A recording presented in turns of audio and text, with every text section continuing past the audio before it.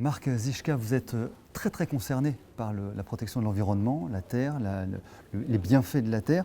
Est-ce que cette terre est vraiment très très appauvrie actuellement par les agricultures intensives? Alors, ce qu'on appelle l'agriculture, à mon avis à tort, conventionnelle, effectivement, abîme les sols à plusieurs niveaux. Et ça, depuis, grosso modo, c'est un modèle, finalement, si on le regarde dans l'histoire, qui est très récent, puisque c'est un développement à partir des années 1950 de manière massive. Donc, c'est un modèle qui est aujourd'hui généralisé, puisqu'occupant 95% à peu près des surfaces agricoles. Le premier problème, ça va être la mécanisation, donc le passage régulier d'engins lourds en fait sur les surfaces cultivées, le labour notamment. Donc l'idée, c'est que les machines deviennent de plus en plus grandes, de plus en plus lourdes, on laboure de plus en plus profond, et ça crée en fait ce qu'on appelle une semelle de labour, c'est-à-dire qu'il y a l'horizon de sol qui correspond à l'endroit où la charrue va retourner le sol. Là, il y a une semelle, il y a un endroit compacté. Donc, il y a moins de ruissellement, en fait, des eaux souterraines. Et il y a surtout une barrière qui devient infranchissable pour les racines des végétaux à la longue. Ça, c'est un premier problème. Ensuite, il y a les problèmes aussi, on va dire, d'ordre... Donc ça, c'est plutôt le substrat physique, comment il va être modifié. Le substrat chimique, il va être modifié par l'ajout d'engrais, en fait, d'engrais qui sont des engrais minéraux, principalement des engrais azotés, qui eux vont changer la composition, la chimie du sol et notamment bouleverser la faune qui normalement devrait y séjourner. Donc ces engrais vont aussi au passage stimuler de manière importante la croissance des plantes, ce qui fait que bien souvent elles se développent trop vite et deviennent plus vulnérables, parce qu'elles développent des tissus qui vont être moins lignifiés. Il y a plus d'eau aussi, et donc les plantes vont être plus vulnérables. Comme elles sont plus vulnérables, elles tombent plus facilement malades, et donc là, on va utiliser une bardée, soit d'insecticides pour traiter contre les insectes, de fongicides contre des attaques de champignons et autres. Et puis, il peut y avoir des herbicides aussi, puisqu'il y a des concurrences. Le sol, dans la nature, est rarement nu, en fait, si vous le constatez. Donc ça peut être aussi une autre manière de re-questionner en fait la pratique ancestrale du labour, parce que dans la nature, en fait, le sol est vite couvert par les plantes qui spontanément vont y pousser. Donc comme on est, je l'évoquais, dans des systèmes qui sont plutôt basés sur la monoculture, toutes les adventices, en fait, les plantes qui vont pousser autour, il faut les éliminer. Et donc ça peut même conduire à des sélections, soit des sélections variétales, voire des sélections génétiques qui vont créer des variétés résistantes à tel herbicide. Voilà, ce qui fait la fortune aussi de quelques multinationales agrochimiques. Mais vous pensez qu'on peut encore revenir en arrière ou pas ? Alors, il ne s'agit pas de revenir en arrière, pour moi, il s'agit plutôt de d'aller de l'avant, à... de se rendre compte en fait des désordres commis, et puis de faire l'éventail des solutions possibles face à ça. Alors, évidemment, il va falloir modifier les pratiques, parce que les pratiques actuelles ne sont pas pérennes. Il y a le réchauffement climatique, c'est un phénomène en cours qui est bien connu. Ça impacte évidemment par les perturbations climatiques qui sont de plus en plus variables, en fait. Voilà, on a des exemples. Mais ça veut dire que la permaculture est une des solutions au réchauffement climatique ? Alors, au réchauffement climatique, si elle était généralisée, très certainement, puisqu'on installe des systèmes qui vont produire, en fait, qui vont stocker plus de carbone dans le sol. Si on travaille, en fait, à stocker du carbone dans le sol, c'est une méthode efficace en améliorant la vie du sol. Effectivement, si c'est une pratique qui était généralisée à l'échelle de la planète, on réglerait le problème de l'alimentation. Tout comme, il y a des thèses aussi qui disent que si on passe à une alimentation végétarienne, on peut continuer à rouler en 4x4 et faire voler des mirages dans des cieux étrangers. On a réglé le problème du réchauffement climatique. Mais il y a un autre pendant qui est moins connu, c'est celui du pic pétrolier. C'est-à-dire que la production, en fait, du pétrole, c'est une courbe qui commence au début du 19e et qui arrive à un plateau à peu près dans les années années 2000. Selon l'Agence internationale de l'énergie, on a dépassé ce plateau. Et là, en fait, on est dans une phase où on va arriver à un déclin de production dans les années qui viennent.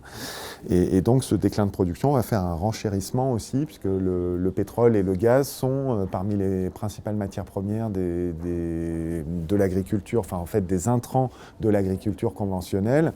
Il va y avoir une flambée des prix, sans oublier que la plupart des tracteurs tournent au gazole, et donc il va y avoir un renchérissement en fait, des coûts de production qui vont faire que cette méthode de production va forcément céder de la place à des méthodes qui sont, si on reste sous l'angle économique, qui deviennent moins coûteuses en fait. Alors c'est compatible, rendement, écologie, rentabilité et permaculture? Il y a des études qui ont été faites, notamment par l'INRA, où par unité de surface, on produit une diversité plus grande.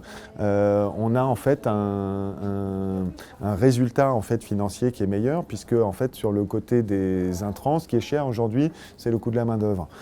Et donc c'est aussi le frein, c'est peut-être aussi la faible volonté, parce que travailler à l'extérieur, dans le milieu naturel, c'est quelque chose d'exigeant et donc c'est sans doute plus confortable pour la plus grande partie de la population. D'être sur un tracteur ou... Alors, sur un tracteur, non, pas forcément, mais faire un travail physique lié à la culture, au binage, au semis, aux récoltes des végétaux, à l'entretien des animaux aussi, d'une microferme. Tout ça, ça peut être très plaisant, mais c'est aussi assez exigeant.